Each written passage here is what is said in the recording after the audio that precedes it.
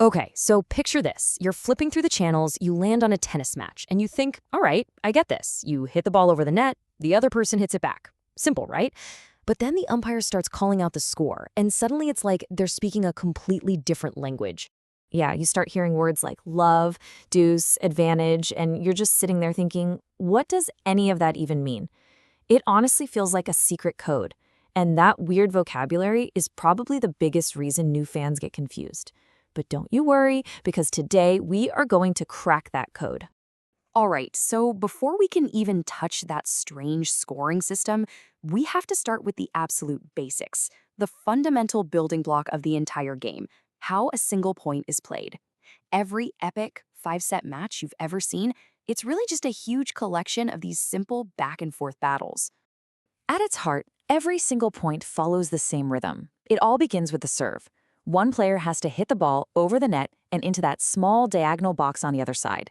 Then, the opponent has to hit it back after just one bounce, and that kicks off the rally, the back and forth that we all love to watch. The point is over as soon as somebody makes a mistake, whether it's hitting the ball into the net, hitting it out of bounds, or just not getting to it in time. That's it. Someone wins the point, someone loses. See? Simple. Okay, so you've got the flow of a point down. Now we're ready for the main event, that scoring system. This is exactly where tennis stops feeling like a simple sport and starts feeling more like, well, like a weird math problem. But trust me, there's a logic to it even if it's a little strange. First things first, in the world of tennis, the number 0 just doesn't exist. Instead, they call it love. So when a game begins, the score isn't 0-0, it's love all. Why? Well, one of the leading theories is that it comes from the French word for egg, love, because an egg looks like a 0. But all you really need to remember is this: 0 equals love. Now let's imagine you're serving, and you win that first point.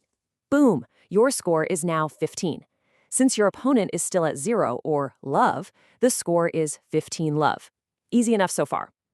And you're on a roll. You win the next point too. Your score jumps to 30. Your opponent's still got nothing, so it's 30 love. You're probably seeing the pattern here, right? Looks like we're just counting by 15s. Or are we? And here is the first little twist. After you win a third point, the score doesn't go to 45. It jumps to 40. I know. Just go with it. So the sequence is love, 15, 30, and then 40. From here, if you win one more point, you win the game. Unless, of course, your opponent has also clawed their way to 40.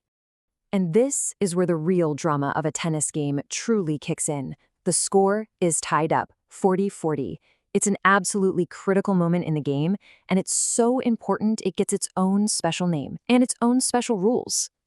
That 40-40 tie is called deuce.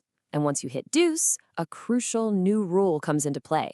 You can't just win by 1 point anymore. You have to win by a margin of 2.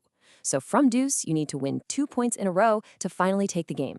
So let's say the score is deuce and you win the point. You don't win the game, not yet, but you now have the advantage. If you win the very next point, the game is yours. But if you lose it, the score snaps right back to deuce and you have to do it all over again.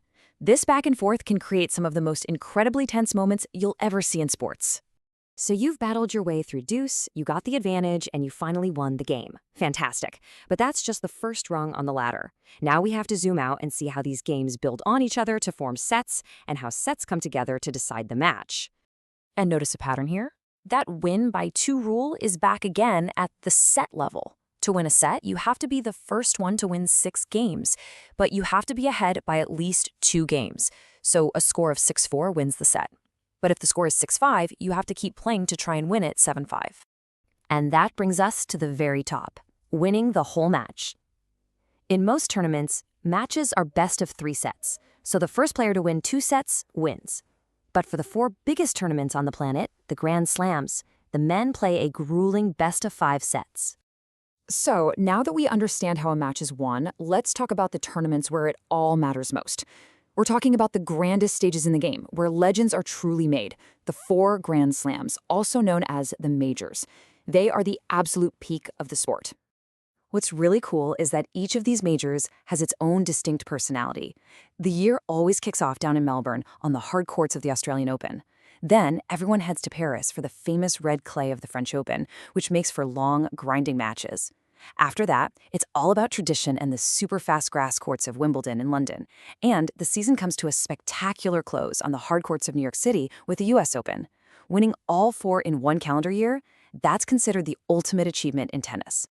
So it makes you wonder, right? How did this game, with its polite origins and seriously baffling scoring, become this massive global spectacle?